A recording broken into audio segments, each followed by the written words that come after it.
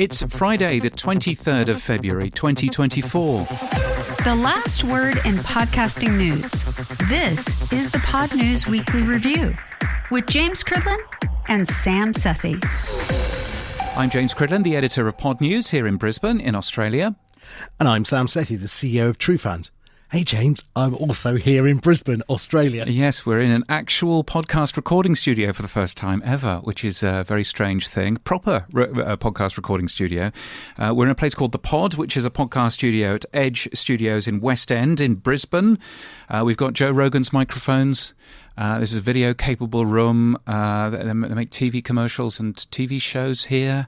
All kinds of stuff. It's very smart in here, isn't it? It's very smart, and the lovely ladies who've shown us around. I think what it is they're trying to market this as a studio that's available for producers and production podcasters here in Brisbane, aren't they? Yeah, I think they're doing that, and very much, anything else you want them to do, my goodness, they've certainly got it. The amount of stuff in here is quite a thing, and apparently they got caught in the floods in 2021. 2021 the floods were. So, so everything in here is brand new, and it's very nice. edgestudio.productions is the website if you want to take a peek. In the chapters today, iOS 17 and Apple, and a return to profitability for podcasting. Plus... Hi, my name is Stew Redwine, and a little bit later I'll be talking about podcast ads, radio ads, and my new podcast Ad Infinitum, where we break down and discuss what makes audio ads work and what can make them work better. Hello, my name is Anthony Nwaneri. I'm the host of a new show called Why Your Podcast Isn't Growing. And later on, that's exactly what I'm going to be talking about. They will.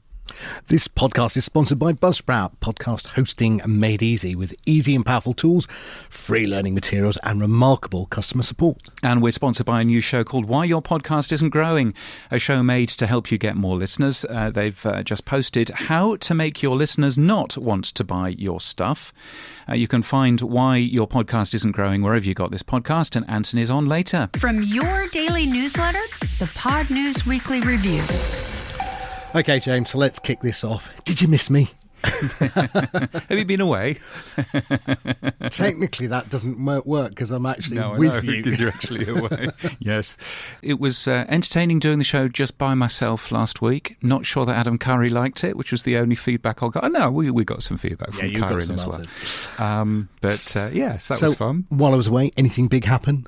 Spotify has now adopted the Podcasting 2.0 namespace. No, not so far as I'm aware, I'm afraid. Apple actually used the Podcasting 2.0 namespace with anything other than a press release? Apple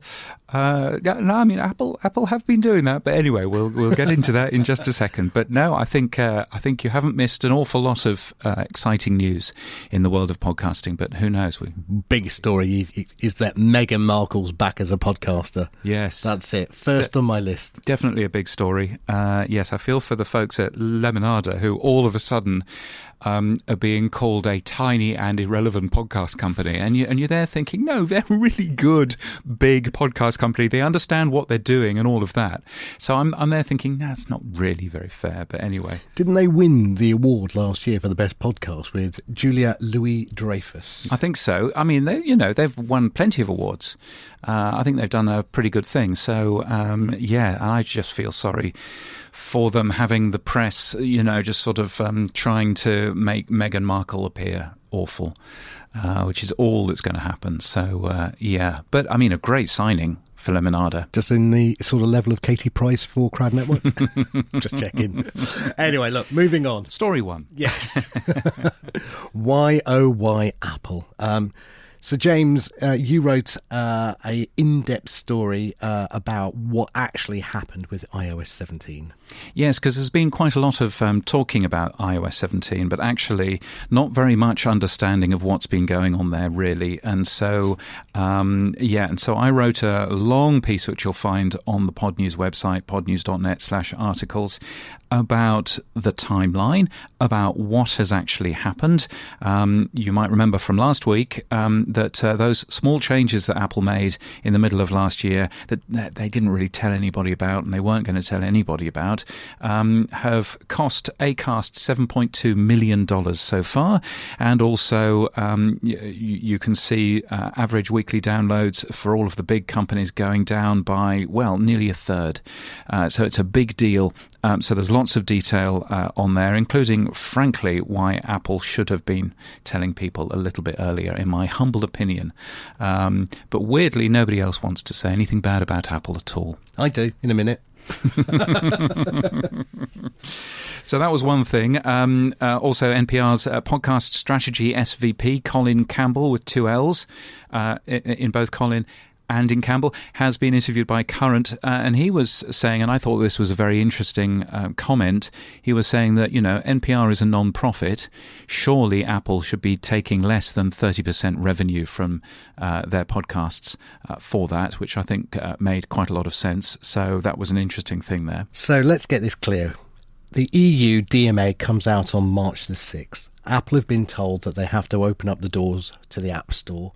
And the answer from Apple was, yeah, we'll do that. We'll charge you 27%, not 30%. So you get a discount. But we still have to approve your app, and you still have to get a developer license. So basically, nothing's changed, has it? No. Malicious compliance is what people have been saying. Yeah. And, so instead of paying 30% Apple tax, you'll be paying 27% Apple tax. But, of course, you then have to pay 3% to your payment processor anyway. So it comes out at exactly the same number. It's just Apple being Apple. And I think they're not just doing that, are they? They're actually cutting an alternative way to get past the Apple App Store. Yeah, look, I'm an Apple fanboy. I won't deny it. I love Apple Pay. I think my MacBook and iPhone are great. I think some of the things they do are superb. But these little things they do just damage them, and I think they should just stop it. It's petty and minor. So what they're going to do with iOS 17.4 when it comes out is they're going to make it hard for app developers like myself with True Fans and others who've got a progressive web app which is web-based and not iOS store-based. They've just simply said they're going to stop offering that feature in Europe because it's too difficult with the DMA, the Digital Markets Act in Europe. This sounds like the GDPR, it's just a good excuse. And I think this is Apple simply going 2 fingers up to the EU, going, okay, you're going to make our lives difficult, we're going to make everyone else's lives difficult. And there is no reason for them to do this. In fact, Firefox and Google have got better support for PWAs than Safari. So actually, in theory, Safari is the weakest browser on the iPhone. I don't know why they're doing this, James. Yeah, I mean, they say it's just too complicated for them to allow PWAs using Firefox and using Chrome and everything else. They just say it's too complicated. And to be fair to them, although I'm not quite sure why, but to be fair to them, apparently if they were to turn around and say, we'd like to work on that, but for the moment PWAs only work with Safari, then the EU would say, well, that's no good, and they would fine Apple. So I can kind of see it from their point of view, but it's not great. It's in Europe only, which is odd. So I'll be fine here in Australia. The US will also be fine as well. I think Europe, in this particular case, does it include the UK or not? Post-Brexit, I have no idea what we are now. Yeah, exactly. And no, we sort of fall into Europe when this stuff happens, and we fall out of Europe when it's actually of any benefit. But I think at the end of the day, we will have to wait and see what on March the 6th actually happens. I mean, adding it to your home screen, I can't imagine they're going to disable adding an icon to your home screen. That would be crazy. The only thing I guess they will disable is push notifications. And I in the script here, you'll see, James, I put, if you can't beat them, you have to join them. Does that mean I have to get an iOS app? And then, of course, you know what, Apple? You're going to go, oh, micropayments, we want 30% of that, please, as well, on top. So you're screwed if you do, and you're screwed if you don't. And I think this is where Apple is a pure monopoly now, and it really, really needs to be broken. I'm glad the EU's doing it. The DOJ is just a wet, damp dog now, and it's irrelevant. It's paid and whatever. So I don't know. We'll see on March the 6th. I guess in a couple of weeks' time, James, I'll tell you whether we're broken or not. Yeah, no, indeed. And I think, it's one of those things where the EU comes up with ideas which actually are pretty good ideas quite a lot of the time, except, of course, the problem is that they've been done by politicians, and politicians don't necessarily understand the right way of achieving this. I mean, whenever I go into Europe and I try and use the internet, the amount of cookie banner things that I have to push my way through is ridiculous, and that's because of the GDPR, and because whoever was putting the GDPR together didn't understand what to do with those. And I'm sure that this will be exactly the same way, although they are thankfully responsible for the fact that my iPhone has a proper USB-C connector, so not all bad. Now, moving on then, Magellan AI shared its rankings for top podcast advertisers in January. MGM Resorts was the advertiser which has increased its spend the most, alongside MailChimp, the owner of Intuit, and IXL Learning. What's your thoughts on this report, James? Yeah, it's a great report. It comes out every single month. It's always good just to be able to have a peek and see what is actually in there. The top 3 advertisers, no idea who VGW is at number 3. At number 2, Amazon, spending $6.7 million, and BetterHelp is still up there at $9 million.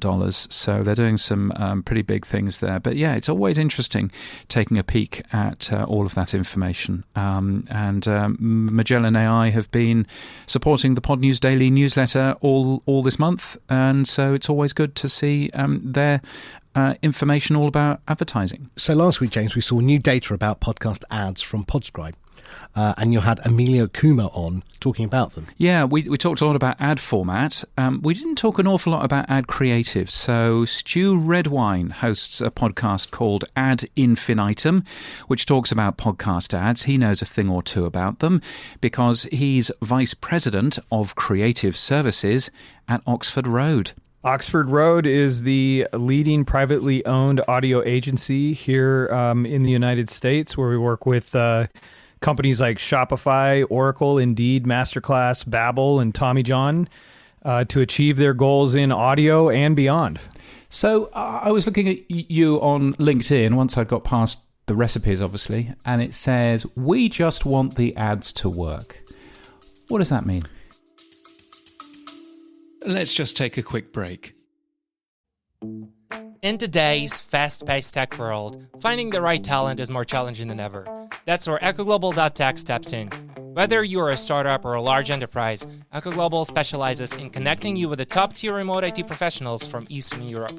To give you peace of mind that you're hiring the right professional, they offer 2-week money-back guarantee on top of their 3 months probation period. So, if you're looking to boost your tech team with a minimum risk and drive your projects forward, visit EchoGlobal.tech today and book a free consultation. That's ECHOGlobal.tech. Mention Echo Podcast and get an additional 7% discount.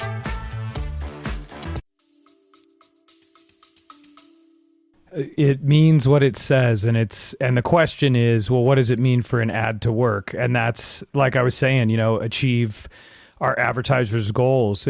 We come alongside them to test and then scale within audio. That's where we started in podcast. And they've got certain goals that they want to achieve. And a lot of times it's about getting clarity on exactly what that is. What's their entire comm strategy? How do we fit into that? How do we take the biggest picture possible? And the ads work when they achieve those goals. And those may be long-term goals. They may be short-term goals. But that's what we want. The thing that we do is help our advertisers bring their message primarily in audio to millions and millions of people every day. And however they're looking at that to measure, did this work? Was this investment in advertising worth it? That's how we're going to measure ourselves to go, did these ads work? So it sounds as if one of the most important parts of writing podcast ads is actually getting a good, clear brief. What does your brief look like? It absolutely is. I think that that's critical for all of this business of advertising, right? Like, what is advertising? That's a question that I like to bandy about and look at different sources. And Sir Martin Sorrell's answer to it is it's a solution. So really a brief, the best brief, and our brief is to get back to what is the problem that we're trying to solve, right? Or the opportunity that we're trying to seize, and getting really clear about that. And I find that more succinct briefs are better. You know, the podcast that I host, Ad Infinitum, that is focused on audio ads and critiquing audio ads and discussing them. The most recent guest is Mark Pollard, a strategist, an advertising strategist. And he talks about this a lot, this idea that you can have so much information and so much data and get a 9-page brief, but it's sort of like, so what? If I were to boil a brief down, it's like, how can I most succinctly answer what is the problem or the opportunity? So what? Why is that important? What do we know about our audience? What are the different market forces that are at work? What now? How then are we going to achieve that strategic objective? So there's lots of data out there about podcast ads and their effectiveness, and data about pre-rolls and post-rolls and all of that kind of stuff. I don't see that much data about the actual creative. How important is the creative in this whole process? It's massive. There's been several different studies just about the importance of creative overall and how much impact that has on an advertising campaign. I think it's Cumulus that put out these different studies of like perception versus reality, of what impact marketers think the creative has on an advertising campaign success and what impact it actually has. And I want to say the perception was much lower than the reality. Like I want to say it was 10 or 20%, something like that. And the reality that they discovered is the impact of the creative was a number closer to like 47, 50%. You know, so it has a massive impact. I think it's just intimidating for folks on how to even approach that question. How are we going to measure that? And then particularly in podcast, you're relying so heavily on the hosts customizing and putting their own spin on it that you go, are we looking at a case-by-case basis of how individual hosts delivered the creative, or can we actually look at the copy points that we handed over to them? But in general, the impact of the creative on the campaign is massive. How I mean, does a good podcast ad need to be funny? I think that it definitely helps for podcast ads to be funny. I think what you get with humor, right? It's the same root word as humility, the same root word as humanity. Oh, interesting. I think it breaks down the wall. Yeah. Right? It makes a person feel it's an element or a dimension of the pratfall effect. Like, this is a human, and humor then makes me feel something. And then once I'm emotionally invested, once the heart decides, the head will follow. I guess I would back up one level. Like the takeaway from using humor to connect is really that you're connecting emotionally. So if we can connect emotionally, then we're able to get in the door and start also connecting to the rational mind as well. Is there a difference between an ad that you'd make for the radio and an ad that you'd make for podcasting? I mean, it's just audio, right? Yes, it is just audio. They're both audio, but it's like, man, you know, the big screen is a screen, the little screen is a screen. There's vertical, there's horizontal. I think it's really important on your what, right? And then so what? And then what now is, which type of audio are we doing here? Are we doing a smart speaker? Are we doing radio where we're going to be, this is a produced spot and we're going to be in breaks against a lot of other produced spots? In podcasts, are we going to be primarily doing host read? Or, as I'm experiencing, I'm sure you are too, their ad load is increasing, the number of breaks is increasing, and more brand dollars are coming into podcasts. So you're hearing more spots that are like what's on the radio.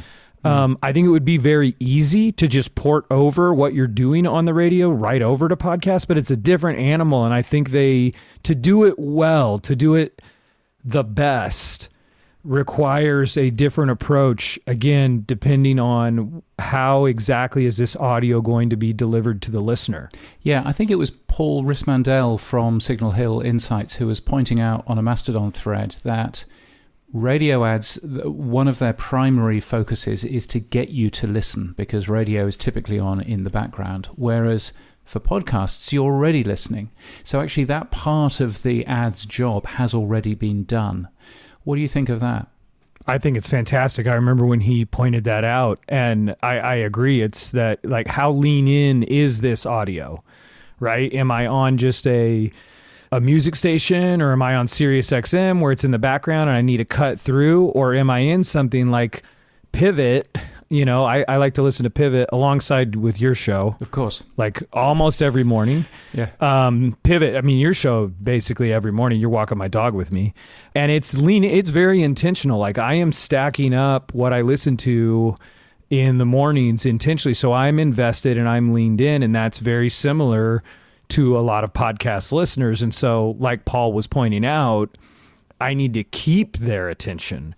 So if I'm using interruptive tactics like I do in radio to try to garner their attention, I might be working against myself. But I'd also like to say that some stuff does apply across both. Like, there was a recent study with Veritonic and Odyssey that found an double-digit improvement in ad recall and improvement in purchase intent as well when sonic branding is used in radio and in podcast.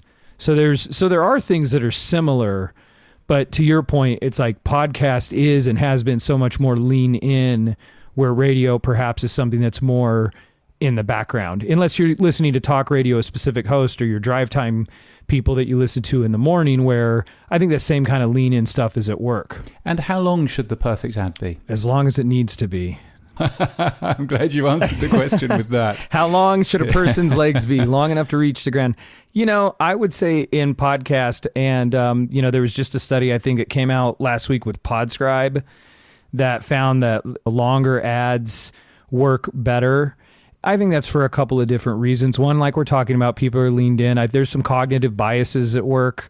Human beings, the longer they're exposed to any stimulus, what's amazing is not only do you get acclimated towards it, right? So that it's okay because we're surviving, right? Our brain's just trying to survive. We also begin to favor the thing. So the longer a person can keep your attention and talk to you, instinctually down deep, you are going to begin to develop affinity. And so that's at play. There's also a narrative bias. Humans favor stories over disjointed facts or even just a list of items. You tend to get more storytelling in a longer ad because there's more opportunity for someone to weave a tale. And so those are longer and they work. But, you got to go back to your what. Like, who is this advertiser? How massive are they? How long have they been doing this? Do I perhaps need to, for instance, on SiriusXM, the right approach might be, in certain cases, let's just try to pepper in a whole bunch of 15s and get a whole bunch of frequency, because we know that people are already very aware of this, or unaided awareness is high. And we just want to reinforce a particular message or particular call to action or something like that, or just increase their mental availability of our brand. You could accomplish that with shorter spots. But in the podcast platform, like I said, with that Podscribe study, it seems to hold out that, the old advertising adage is the more you tell, the more you sell. Yeah. There's more reason to go and visit a website or do whatever it is that you want them to end up doing. You mentioned Ad Infinitum earlier, which is your podcast. It's back for a new season. What's that podcast all about? So Ad Infinitum is Oxford Road's audio creative podcast, where we listen to and break down current top spenders in audio on SiriusXM, on radio, on podcast. And we have different advertising experts on with me, where we'll drill into, in the first season, the 9 key components of audiolytics, which is our methodology that we use to both audit and construct a persuasive message in audio. And then in season 2, we're going to be digging into different aspects of advertising. Like I said, the first episode of season 2 comes out this week, and the guest is Mark Pollard, where we're talking about strategy and how does that apply. And then we've had on folks like Dallas Taylor, the host of 20,000 Hertz, fantastic podcast about the world's most interesting sounds. Richard Schotten, who's massive in the behavioral science space, author of The Choice Factory. And then like Amanda DeMarco from Veritonic, where we're able to talk about their platform. And when we're analyzing the ads in that episode, we're taking, the scoring methodology we use, audiolytics, and stacking that up against Veritonic's testing platform and the methodology that they use. So Ad Infinitum is wherever you get your podcasts. Where can we learn more about you and your work? LinkedIn is the best place to go. Stew Redwine, the one and only. Unless, like you said, if you Google Stew Redwine, all you're going to get is recipes. Stu, it's been great to talk. I learn so much every time I talk to you. Thank you so much. You're very welcome. Thank you. James, moving on then. Thank you, Stu, for that. That was great. There's been a number of reports that you've put out on Pod News Daily. The first one is sports podcast company Blue Wire has concluded new funding, which is very good. But when I read into the detail of it, it's really more to do with getting the company back to profitability first before they could get the new investment. Yes, it does look a bit like that, doesn't it? They cut its staff from 30 to 18 in recent months. That's basically halving your staff. It's also no longer, if you went into the Wynn in Las Vegas, you would have seen a Blue Wire studio in there in one of those spaces. That I don't think is happening anymore because they've ended that partnership with Wynn Resorts, although Wynn Resorts still own some of the shares. But yeah, the company's been profitable since late last year, and perhaps that's why they've got a bit more funding, although we don't know how much, from Decathlon Capital. And Veritone is also reducing its workforce by 14%. The company produces a number of services for podcast advertising. Again, I suspect this is on the road to profitability. That will allow them to go and get more money or funding. Yeah, I don't know enough about Veritone. It's a very large company. It does an awful lot of things, but it's seemingly everything has the word AI in front of it, so which is always the way. Yes, VC bingo, as they call it. Now, Odyssey, which we've talked about a couple of times in the past, it went into bankruptcy. Chapter 11, it's now getting itself out of bankruptcy. I love how you can do that. It only happens in America, I think. So they reduced their debt from $1.9 billion to just $350 million. I don't know where the rest of that money went, but poor people who were owed that. But I guess this is, again, to get them back to some sort of profitability. I am fascinated by Odyssey because it seems to be exactly the same team in charge of Odyssey. David Field and the rest of those folk who have not done a stellar business, not run a stellar business over the last couple of years. And so basically they've been let off all of this money, but it's still the same people who'll be running the same business in much the same sort of way. Yes, they're reorganising, but it's mostly reorganising in terms of giving their creditors shares, and that's about as far as it goes. So I am fascinated that enough people believe in the management of that company to keep that management intact. It seems to me very strange. So Odyssey clearly has a plan that I'm not, privy to. Massive company. It owns lots of broadcast radio stations in the US. Obviously owns Pineapple Street and a couple of other large podcast companies as well. But yeah, I don't really understand. As ever, I don't really understand the financial stuff there. Well, you probably find that they've got an arm of the business that is a sinking cost that continuously has to be funded.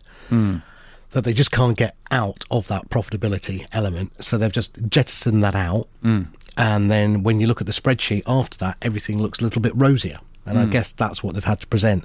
If we get rid of this and put it into Chapter 11, we can then see the profitable side of the business and give us another year or 2 years and we'll be back to a profitable element. I mean, they'll still have a debt of $350 million, but serviceable. But that's much lower than nearly $2 billion. Yeah. So all fascinating seeing. But yes, there's clear manoeuvrings going on in terms of that. But we are seeing a lot more companies making it into profitability. Spotify, of course, saying that they're going to be profitable in their podcasting business very shortly, and of course, Acast also giving. Whatever that weird phrase was. EBITDA. Yes, adjusted, positive adjusted EBITDA, or EBITDA as Ross pronounced it. I always thought it was EBITDA, but still, but there we are. So there we go. Now, All this month, James, we've been sponsored by a podcast called Why Your Podcast Isn't Growing. Who's behind it, James? Yeah, that's a good question. I thought I'd find out. I spoke with Anthony Nwaneri and I asked him what his podcast does. Yeah, so this show was a recently launched show around 4 months ago. Me and my business partner called Tygo O'Shea, been in the space, podcasting space for maybe nearly 4 years. I think 4 years, March 2024, which feels, like a lifetime, but it's gone super fast, which has been quite nice. But we launched our books in terms of podcast marketing and podcasting made simple, and that kind of set the foundation within the podcasting space. From there, we kind of helped podcasters grow their shows and market it, and eventually decided to launch our own show, right? The Podcast Coach and Podcasters finally launched their show. But really, this show, we wanted to make sure that it wasn't just any other type of show about podcasting. We wanted to make it fun, engaging in a unique way. So what we do is every Monday, we get in basically bigger podcasts, getting 10,000 plus monthly downloads, some even 300,000 plus monthly downloads, some million plus monthly downloads, to leave our listeners kind of a 5 to 10 minute bite-sized voice note sharing the pivotal growth of their shows, their journey, and really how they have, how they've grown their audience, the really key moments within that. And then alternative Mondays, to keep our audience engaged and keep things a little bit more fun, we really like to kind of have what we call a roast the show. That's the 18 plus version. The PG version is kind of a podcast live audit. And that's where we just invite a listener onto the show and we roast their show. We kind of give them direct feedback and honest feedback and providing, hopefully some educational piece for our listeners, keeping it entertaining, but also some personalized guidance to our listeners. So a bit of an engagement builder. And then every other Monday, we kind of, through the weekday, Wednesdays and Fridays, me and my business partner, Tygo O'Shea, we just go back and forth sharing up-to-date growth and monetization strategies that we can basically, listeners can apply straight after each episode. And that's really it. So where have you both come from? What's your history in this space? Honestly, to be honest, we kind of stumbled into the space by a bit of luck, but a bit of intuition, I guess. So 4 years ago, me and my business partner were pretty kind of like the classic hustler kind of vibe, college students, like university students. So we both went to Nottingham University together. We grew up together, went to high school and then went to university together. And around this time, I think when COVID happened, we both kind of wanted something more. Out of kind of desperation, we were kind of just looking, honestly, to be honest with you, James, we were just looking for like our next hustle. And that's just me being open and honest about that. We kind of looked at how can we make some money online and help provide value to people, but also make an income, because we don't really want the traditional route of work. And we stumbled across something known as self-publishing. And this is a way to publish books through Amazon, self-published, and generate some income, providing value to a particular niche. We decided podcasting because we saw that the trend was up and it was ticking and more people were getting into podcasting. We thought, you know what, why not provide some value within this space? And that's how we kind of got our foot in the door. Yeah, and you've been doing that ever since. And I was there going, I wonder where the accent's from. And Nottingham is a place where I've been once, I'll tell you. So, and I think it was closed. So Brilliant. So there we go. Are you still based there, or are you somewhere else? Yeah. So I originally grew up in a little small town called Kings Lynn. I'm in Norfolk. My business partner, we went to university there for 3 years. My business partner still lives there. She's lived there for the last 6 years now. But I actually moved back home a little small town called Kings Lynn. Been living here for 3 years, and I'm planning to go traveling for this year. So yes, I kind of lived in Nottingham for 3 years and then back in my hometown for 3 years. Very nice. Very nice. It's very flat in Kings Lynn, I think, isn't it? It is extremely flat in Kings Lynn. Honestly, if you were just kind of born here, didn't realise the outside world, I'd probably be a flat earther because it looks pretty flat over here. So you've obviously spoken to a bunch of different podcasters. One of the recent episodes that you've done is 4 lessons we've learned from podcasters getting 10,000 monthly downloads, which is a good amount of downloads. What are you seeing? Firstly, what mistakes are you seeing podcasters make? That's a great question. I think the first mistake I see podcasts make is kind of getting comfortable. When you're a podcaster, you're kind of stuck in the nuts and bolts and you get on the content hamster wheel. And we always just ask our clients and just, people we've had on the show, they have a pivotal moment when they realize what they're doing just isn't working. So that's the kind of first thing, kind of almost like just doing the same things over and over again, expecting a different result. because we're being told most of the time, James, like, hey, just work hard, be consistent, your show will grow. But I've met podcasters who've been working hard and consistent for 4 or 5 years and are struggling to break past a couple hundred downloads per month or a few thousand a month, you know? So for us, is really what we've found has been a trend with the podcasts we've had on the show on Monday's episode is they all consistently say, like, hey, we experiment. We change things up in big ways. We didn't just stay comfortable with the same format, interviewing the same type of people. We experimented with solo. We experimented with narration. We experimented with longer form, shorter form. We experimented with a style, more entertaining, more value-based. But they experimented to try to find out what works and what doesn't, rather than staying comfortable doing the same things that clearly isn't working, in hopes that just doing it long and hard and consistently will get them the results. Yeah. So that's a huge lesson that I've learned, which is like experiment. And that's why we experiment with our format all the time, you know, to see what is going to stick and what audience love. Well, we've been doing exactly the same format for the last 2.5 years. So I would imagine it was possibly something that we could learn there as well. But no, that's really interesting. And what's the sort of number one thing that you've seen which is successful?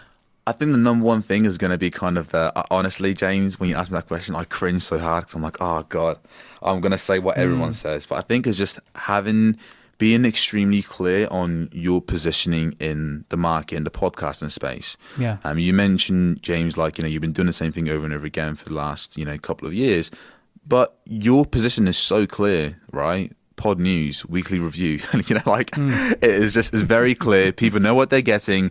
You're going after a specific type of audience. The thing that we see is people not being clear enough on the value proposition. They talk about business in general, but there's a billion, I say billion, that's probably an exaggeration. You know, there's tens of thousands of other shows doing the same thing. So trying to find your own positioning, what makes your show different versus everyone else is trying to do the exact same thing. Everything else becomes easier when it comes to marketing the show, retaining listeners, email marketing, getting sponsorship. Everything else falls in line.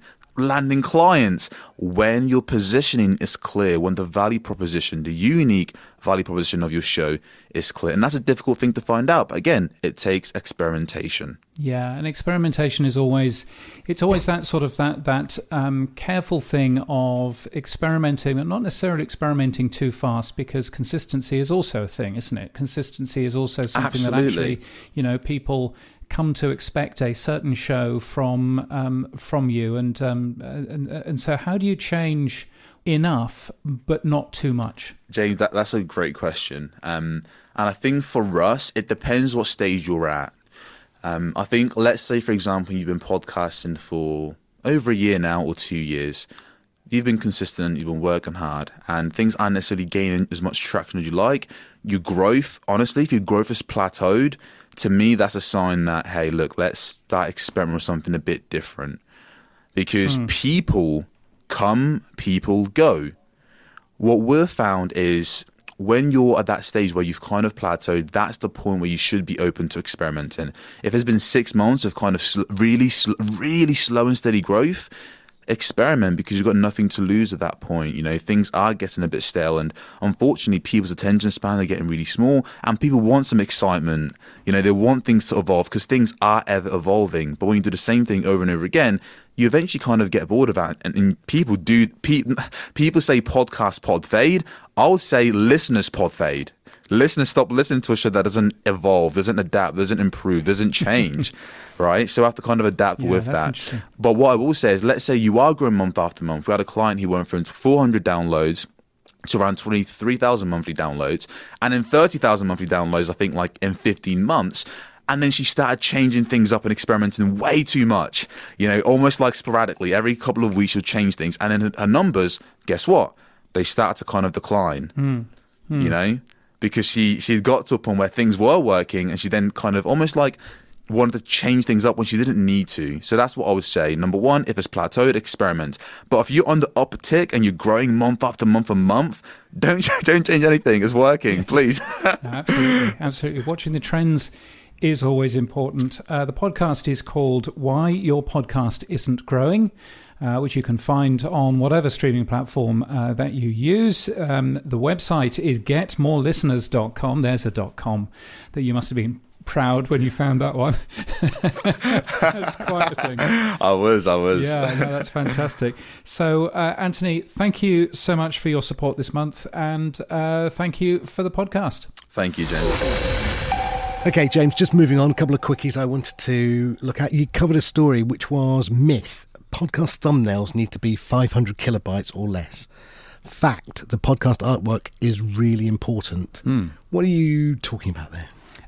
It always used to be the case that Apple required your podcast thumbnails to be 500k or less. That is not the case anymore. Anybody that is saying that is old-fashioned and should therefore have a big stamp that says, I am old-fashioned. I'm old-fashioned. Yes, exactly. So, so that used to be the case. Isn't the case anymore. Isn't that interesting? No one knew. And so just worthwhile getting it out there. But yes, I posted a bunch of tips on how to make decent podcast artwork from the pages of Pod News on the Pod News website. Now, can we please ignore everything James just said and keep it to 500 kilobytes? Oh, yes, absolutely. I mean, make sure that they're as small as possible. Pod News's thumbnail is, I think, 9K. Great, well done you. Can everyone who's using DALL-E find it compressing the engine straight after for their cover art? Because we're getting 5 or 6 meg or even larger files. Yeah. And this is one thing, as a podcast app, true fans, we struggle to get page loads, and so you got cover art and then you got episode art, and if those are all massively 4 or 5 meg, and we have seen those or bigger, then the page is just going to load really, really slowly. So we have to then, in our own back-end server, use compression capabilities. I certainly believe this should be the host who does this, and I've had conversations with Tom Rossi, because again, one of the things I think you've asked for is the removal of a tag called the images tag, because you don't think anyone uses it. Yes.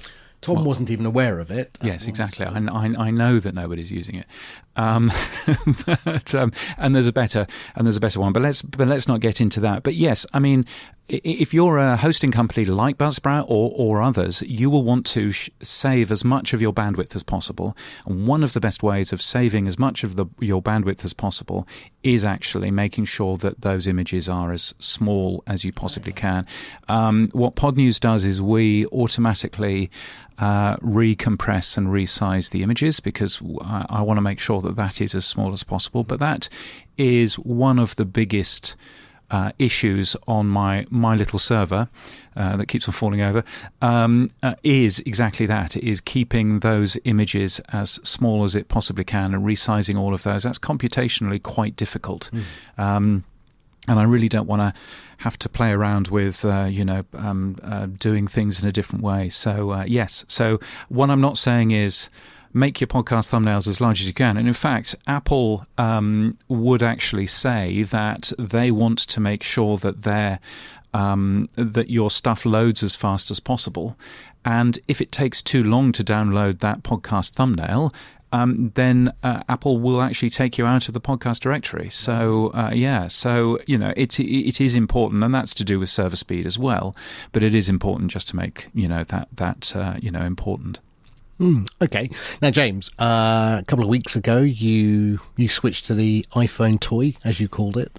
I don't think you call it the iPhone toy now. I'm not allowed to call it iPhone toy anymore. He's been paid off. Yeah. Now, how is your switch to the iPhone 15? Yes, I'm finding it. I'm finding it equally lovely and highly irritating in the same thing. Apple Maps is rubbish, isn't it? Yes. Wow. You can get lost on those. That's a properly rubbish app. At least in this country it is. But yes, I think one of the joys that Does that mean you just go walkabout and never come back? But I think one of the joys that I've had recently has been playing around with Overcast and using Overcast, and that is a lovely, lovely podcast app. I'm going to read the tweet you put out, actually, James. I'm afraid I'm totally sold on Overcast. Being a new iPhone user, Marco Arment has produced a playback engine of genius. And I was like, okay, let me have a look at this. Let me have a look. And then Daniel J. Lewis put, but yeah, Overcast works so wonderfully for me, but I want podcasting 2.0 features. And I was nodding along with Daniel there. I want super chapters, cross-app comments and live streaming. And then I thought about it. Marco Arment said he's never going to do any of this A couple of weeks ago, we castigated Libsyn, right? We said, you're a big host. You don't support any of the Podcasting 2.0 features. What are you doing? And yet, Marco Arment, for the last 3 years, has swanned along as the Wonder Boy with James Cridland saying he's a playback engine of genius and has 0.00 of any Podcasting 2.0. Why is he getting a free ride? I think that's a very good point. I mean, maybe because he's produced something which is good. Oh, I can do that. I can cut out 50 features, don't have sats, don't have chapters, don't have... What else has he not got? No chapters, no sats, no live. I can keep reducing my app until it works just as well as that, if you want me to. Yeah. Why did he get a free ride? That's what I get frustrated with. It is an interesting question, and I think if you look at, Pocket Casts seems to get a bit more criticism that it hasn't put any Podcasting 2.0 features in there yet. They have. Oh, well... One. Yeah. Like Apple, one. Yeah. Well... and you can take a look at a number of others. I think Overcast is one of those weird apps in that it has a very specific target audience.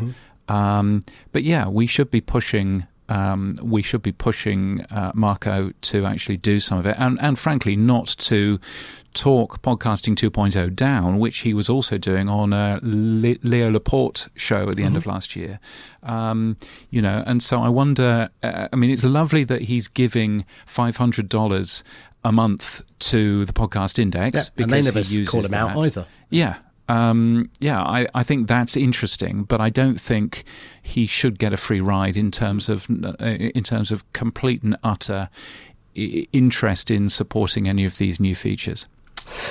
Oh well, maybe you'll start to add some soon. But yes, I was a bit peeved that he's getting this glowing reports, and then I'm thinking, but he's done nothing other than produce a basic app. Right, moving on. There's my soapbox. Off. Around the world, James, here in Australia. I can say here in Australia now. You can. From down under, the Big Apple, BIPOC, is that how you say it? Yeah, BIPOC. Which stands Black, Indigenous and People of Colour. Yes. No, I've never heard that before. Oh, have you not? No. Oh, there you go. Yeah. Oh. There you go. Anyway. Things I've learnt. Right, BIPOC-led women-owned podcast agency. Say that quickly. The Peers Project has raised investment to launch into the US market. The company will open offices in New York later this month. Yes, I think very interested to find out what they're doing. The CEO of the company has pointed out that only 2% of venture capital goes to female founders, and 1%, less than 1%, go to black founders. And so therefore she loves S&P Ventures, who have ponied up some of the money for them to open an office in New York. I think that's an interesting thing. It would be interesting to find out a bit more from that. It'd be good to get her on this show. Ah, there you go. Your wish is my command, as always, sir.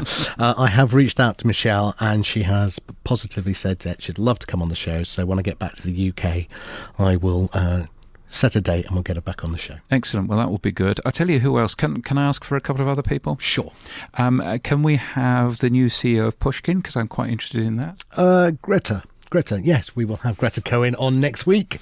Excellent. And how about Sony Music Entertainment? We've not really heard an awful lot from them recently. No, and strangely, their Director of Global Marketing, Kieran Lanzini, is going to come on as well. Yes. So we've got some really good guests coming up, James. That's really good. How about one more? How about Daniel Ek? Any chance of... I'll have a word with Dan. Yes. Yes. What do you want, Joe Rogan? During Joe. Yeah, why not? Michelle. Let's go to France. The third edition of the Podcast magazine has published. It's a beautiful thing. It's not just a magazine. It's a MOOC. It's a magazine book. 180 pages. And in it this time around, if you speak French, is John Spurlock of OP3. Does he speak French? He's being interviewed. Well, I tell you what, I'm also in there. I'm being interviewed, and Right. no, I speak un peu, seulement un peu. And Greg Poy, who is a French pioneer of podcasting as well. If you want it, then firstly, obviously, you need to speak French, but secondly, it's about $25 including postage. So it's a beautiful thing. So highly worthwhile. Staying in France, a charity event called Podcastathon is planned for next month. What's this one all about? Yes, this is quite a nice idea. 300 podcasts took part last year, and you make a special version of your show that highlights a cause or charity, and in the last week of March, you post it.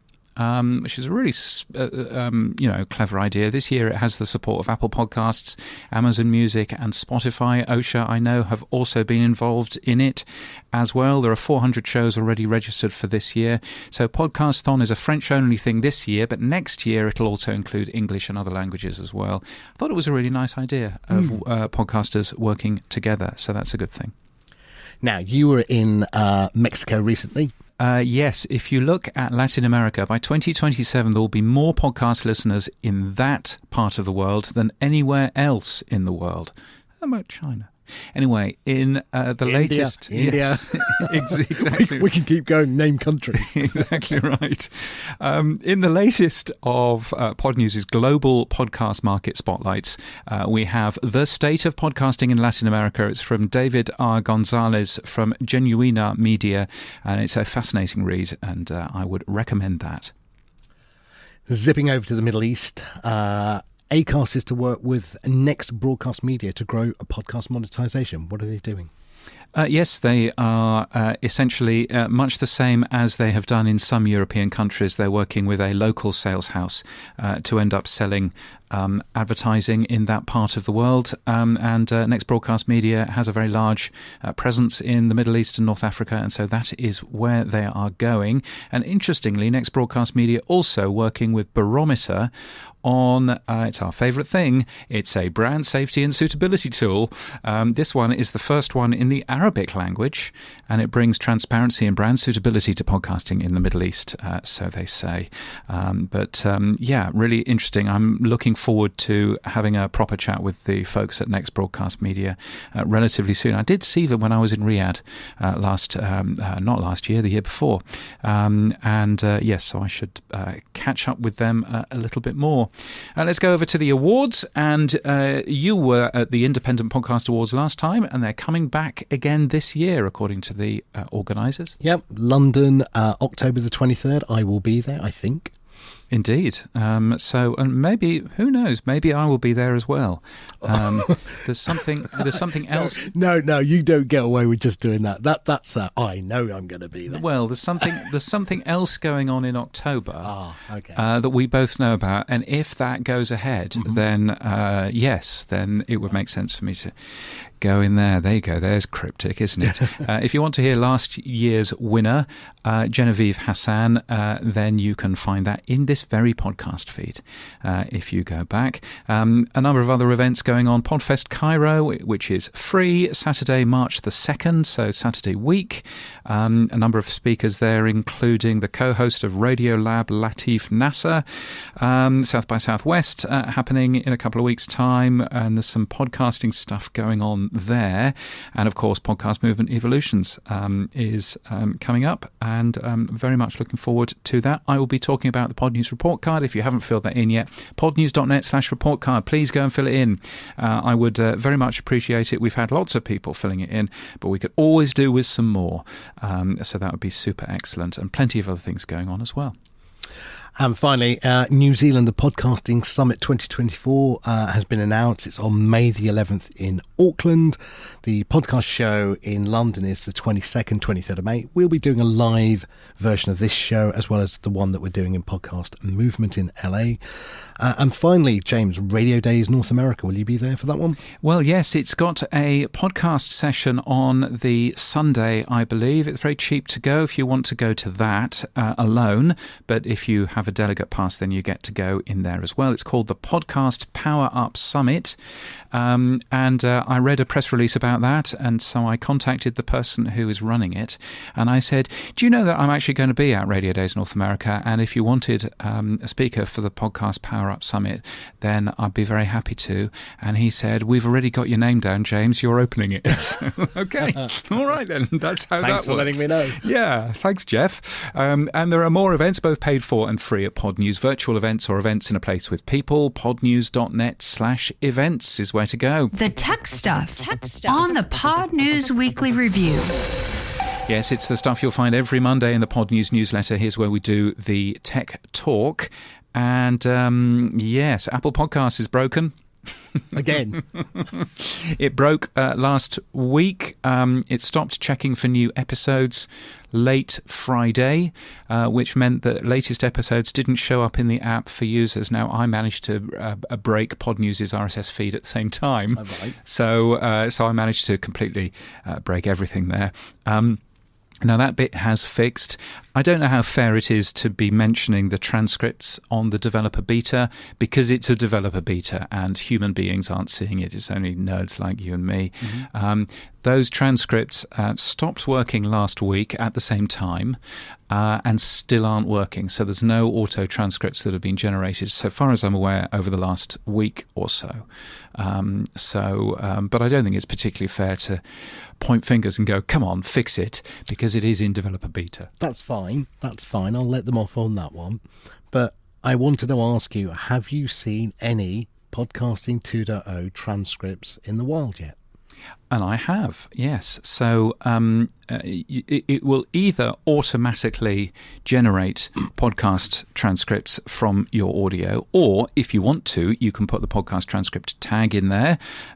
You can learn more about that at podcasting2.org and find out a little bit more about that. So you can feed it your own transcript, which I have been doing. It's the only way to get, for example, transcripts with more than one voice name in there, because it recognises the voices, but it doesn't necessarily recognise the fact, it doesn't know who you are and who I am. And so that's the only way of actually doing that. And I have actually got my own transcripts to show up. So if you go and have a look at the Pod News Daily, then you can see that sometimes it says these transcripts are automatically generated, and sometimes it says these transcripts are from the Pod News Daily.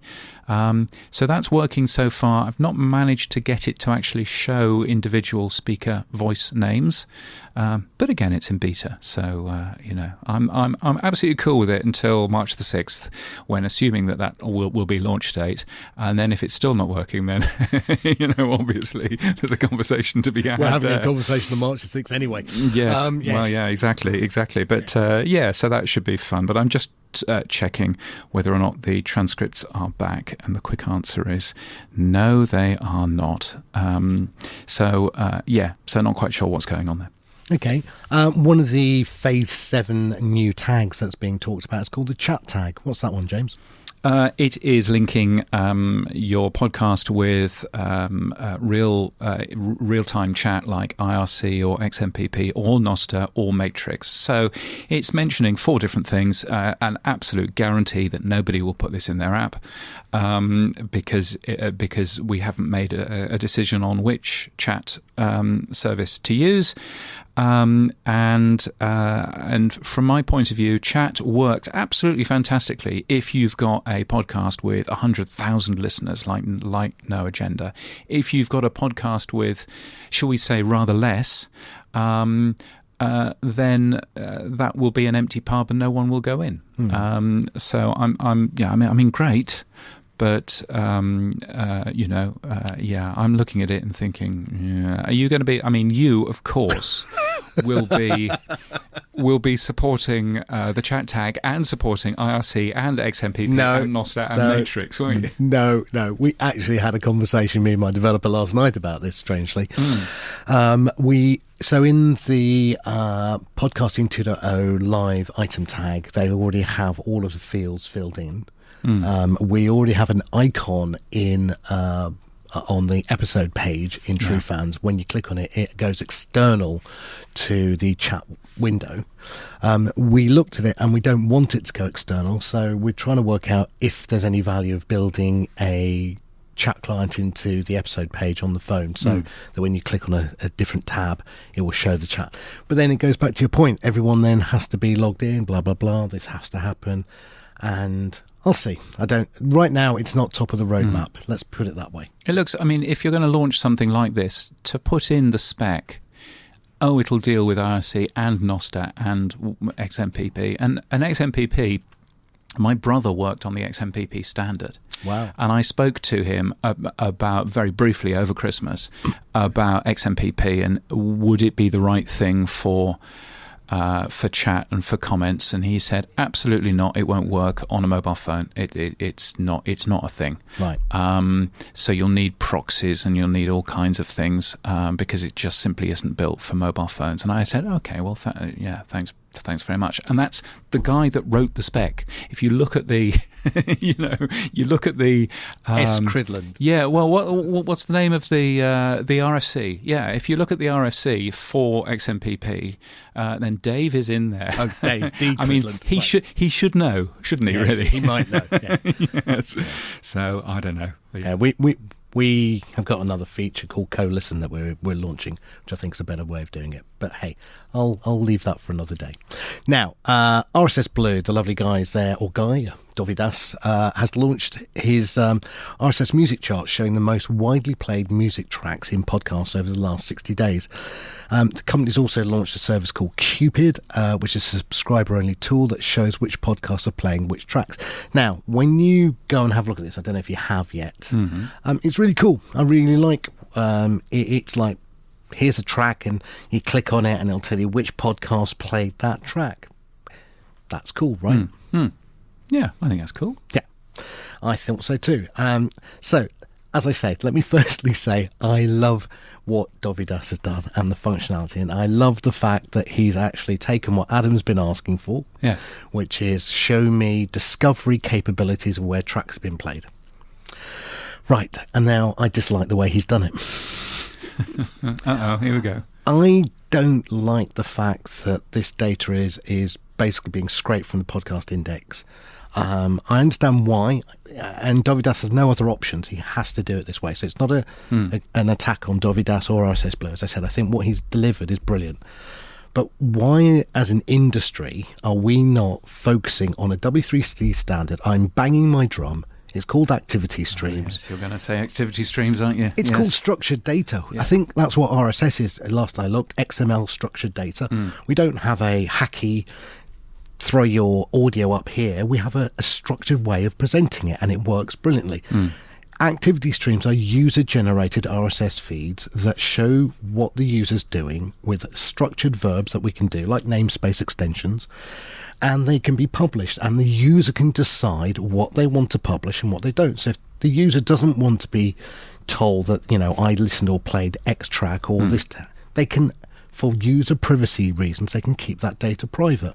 Hacking it by scraping data or putting 1% splits in, which I really hate. Why are we doing this sort of dirty quick fixes? I'm sorry, Adam. I don't like it. I'm going to keep banging this drum. Look at the activity stream. It's a standard. It's not somebody's basically white paper that's written on the back of a fag packet. This is a proper W3C standard, and we should be using it. And so, as I said, I think what Dovidas has done is great. I really like it. But that could be delivered properly through structured data, which is XML based, and I don't know why we're not doing it. Sam Sethi has spoken, ladies and gentlemen. Sorry about that. We should have a Sam Sethi has spoken. No, no. I just keep banging this drum, and we want cross-app comments. We want other things, and Adam's pulling his hair out, saying, "Why have we not got cross-app comments?" Well, Adam, because we're trying to do it in a really bad way. And all the app developers are going, no, we're not implementing your 1% hack. Yeah, and also, again, cross-app comments only works for a podcast with hundreds of thousands of listeners and doesn't work for the majority of podcasts on an episode level. So you've got that as well. So I don't know. Anyway, let's jump in and move on. If you are a fan of podcasting history, I'm really excited that the ABC has done this. I found a documentary about podcasting from October 2004.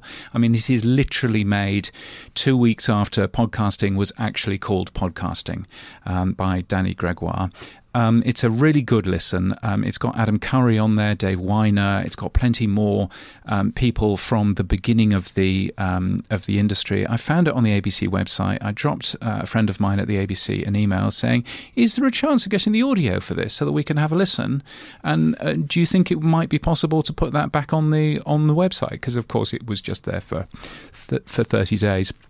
And they've done it. So, so you can go and have a listen to that. It's a proper piece of history, that. So it's worth a look at. You'll find a link to that, of course, in the Pod News newsletter.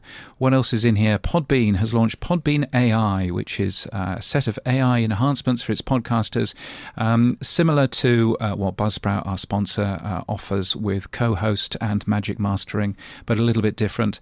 Worth a peek.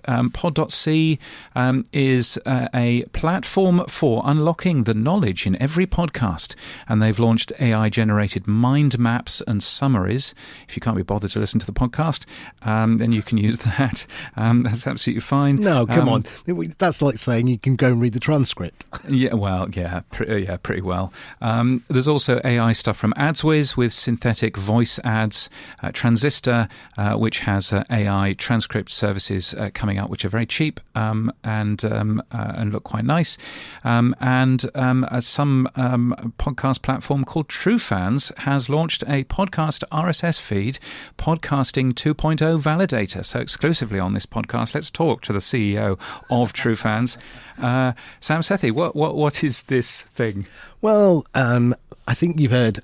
I really should go on holiday. I feel like I'm having a rant this week. You've heard me say that when we've tried to take new RSS feeds, there's missing episodes, missing GUIs, missing this, missing that. And we were struggling with indexing some of the podcasts. So the Validator is a free tool that you can go to, validator.truefans.fm. You can see what's wrong with your podcast and you can fix it yourself. But what's also cool is we highlight what Podcasting 2.0 tags you use, and we've linked it to your new website, James, which is what? Excellent, which is Podcasting 2.0. No, God. Which is podcasting2.org. I got it wrong all last week. Right. Yes, podcasting2.org. Or indeed, if you like it better that way, podcasting2.org. We can't quite work out which sounds better, 2.org or 2.org. Have you ever been on a call centre where... Let us know in the comments. Have you ever been on a call centre where they've repeated your mobile number back to you, but they've done it in an odd way? Yeah, I know, exactly. Yeah. Exactly. Yes. Yes. So excellent. Oh, well, that's a good thing. I just suddenly had a thought. Right. You have on TrueFans, you have a hosts list of shows that total shows that people have and blah blah blah from Blueberry and from Libsyn and everything else. What you should also have is you should have the list of failed validations of actually showing which podcast hosts are producing badly validating feeds since you've got the data. Wait a day or two, and that might appear. Excellent. That's what we need. Actually, one of the funny things we are doing next week is we are allowing you to claim your podcast, change your tags, and now export a brand new fresh RSS feed. We are now going to add a recommendation engine to that, which says, based on the tags you've chosen, these are the hosts that you might want to use. Oh, nice. I'm going to be hated so much. Nice. Well, we look forward to seeing all of those new features anyway. Boostergram Corner on the Pod News Weekly Review. Yes, it's our favourite time of the week. It's Boostergram Corner. A ton of, well, we've got 4. Is that a ton? It's a ton down here, mate. Yep. So, R.W. Nash, thank you for the 1,000 sats using Fountain. With just a little message saying thank you. Well, thank you too. That's very kind. 10,000 sats from the podfather himself, Adam Curry. Love the podcasting2.org website. Disappointing you kept saying podcasting2. Well, however badly you said it. I said podcast2.org, and what I meant was podcasting2.org. And yes, and then Adam went to see if he could buy podcast2.org, but somebody's already bought it. Right. Anyway, it's podcasting2.org, or if you like it better that way, podcasting2.org. Let us know in the boosts. And he says, uniquely British to cock that up, I'd say. Love from Texas, which is not the same as Austin. I don't understand either of those two sentences. Well, I always thought it was Austin, Texas. Yes. Yes. I mean, what I think he's saying is that all of Texas isn't the same as Austin. Right. I think that's what he's saying. But I've never been to Austin, so I really don't know. Row of Ducks 2222 from our friend Mere Mortals podcast, Kyrin. Doing a solo show is definitely less fun than with others, but I think you pulled it off, James. Yes, you did. Well done. Well, thank you very much. It was entertaining to do, even if Adam didn't like it. Kyrin, thank you. You saw Kyrin in the flesh last night, didn't you? We had man hugs last night and good old chats. So I'm here in Brisbane with you, James, and we had a podcast meetup, which was really, really good. And I was so excited to meet Kyrin. We've chatted lots. Yeah. And he's a really lovely guy. So thank you, Kyrin. That was excellent to see him. Sadly, Trevor Satan's lawyer was having eye surgery. He will no longer be wearing glasses if he's actually fixed. Does that mean he's seen the light and he's no longer a Satanist? You should listen to his interview on Mere Mortals. You'll learn an awful lot about him. But if he's listening, as I'm sure that he normally does, Trevor, I hope that everything is good, and I hope that everything is no longer blurry for you. And another row of ducks from Gene Bean. It was striking, he says, that the numbers Amelia from Podscribe talked about, which was in last week's show, were all in the hundredths of a percent of change, and all sub 1% totals. I'm not sure what to make of that. And I would probably agree that, they're very, very small changes, but I do think that they are statistically acceptable changes in terms of that. And I mean, at the end of the day, working out whether a podcast ad is successful based on how many people go to a website is really hard to do anyway. But if you're doing it on a relatively consistent way, then I think you can probably do that relatively well, and at least you can see some trending information out of that. But yes, I would probably agree that it is a little bit weird, isn't it? So Sam and I share the money that comes in to the Pod News Weekly Review. It's separate from Pod News, and if you would like to help us, then weekly.podnews.net is where to use your credit card, or you can press the boost button. If your podcast app doesn't have a boost button, then grab a new one at podcasting2.org/apps. So what's happened for you this week, Sam? Well, I've been in Australia for the last 2.5 weeks. Yes. It's very nice, actually. It's like Britain on sea with nice weather. Yes. With the sun. Yeah, you drive on the same side. The food's pretty similar. People talk kind of the same. Yeah. They shorten everything, though. Avo and Australia, and they just shorten everything. Yeah, Australia. Yeah, and we've got and if you want to buy a bottle of beer, then you go into a bottle shop. It's not called an off license or a liquor store. Yes, no, it's a good thing. Are you planning anything? You're flying back to Sydney in 2 hours. My watch has just told me. Are you doing anything exciting in Sydney? Yeah, I'm walking the bridge. So if I'm not here next week, I've fallen off the bridge. Many hundreds of thousands of people have done that. You'll be walk fine. The bridge, not fallen off the bridge. Walk the bridge. Thank you very much. Yeah, no, I think I'll be okay. No, I've had an amazing time. I mean, you could have done that here. Yeah, but it's not planned. There's no It's the Story Bridge. Yeah, no. Oh, was it? Yeah. Okay. I think after last night's drinks, that wouldn't have been sensible. No, it's been brilliant. I mean, I've seen Paul Weller at the Sydney Opera House. We saw an outdoor cinema in the Westpac overlooking the Opera House and Bridge at night. That was amazing. Yeah. Gone up to the Blue Mountains, gone over to Kagari, driving on the beach. I mean, it's just been brilliant. I love it here. Yeah, it's good, isn't it? It is. It's good, isn't it? You're not that far away. No, not really. Not if you like planes. You do. So, James, what's happened for you this week? I've had an entertaining week of still trying to work out all of the bits of the website that's broke when I moved to PHP 8. So yes, gosh, that was a nuisance. But still, no. Apart from that, I also sanded the table on the deck to make it look nice, just for you, Sam. Thank you for noticing. I did. Yeah, you could still smell the oil.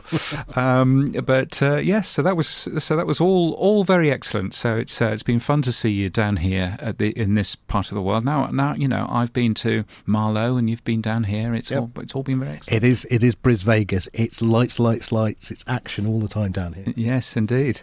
And that's it for this week. Thank you to our guests. You can also listen to the Pod News Daily, of course. Subscribe to the Pod News newsletter. For more of these stories and much more, podnews.net is where to go. You can give feedback to James and I by sending this show a Boostergram. If your podcast app doesn't support Boost, then grab a new app from podcasting2.org/apps. Our music is from Studio Dragonfly. Our voiceover is Sheila D. We're in the pod at edgestudio.productions. In Brisbane, we're sponsored by Why Your Podcast Isn't Growing, a new podcast for podcasters, and hosted and sponsored by Buzzsprout. Podcast hosting made easy. Get updated every day. Subscribe to our newsletter at podnews.net. Tell your friends and grow the show. And support us. The Pod News Weekly Review will return next week. Keep listening.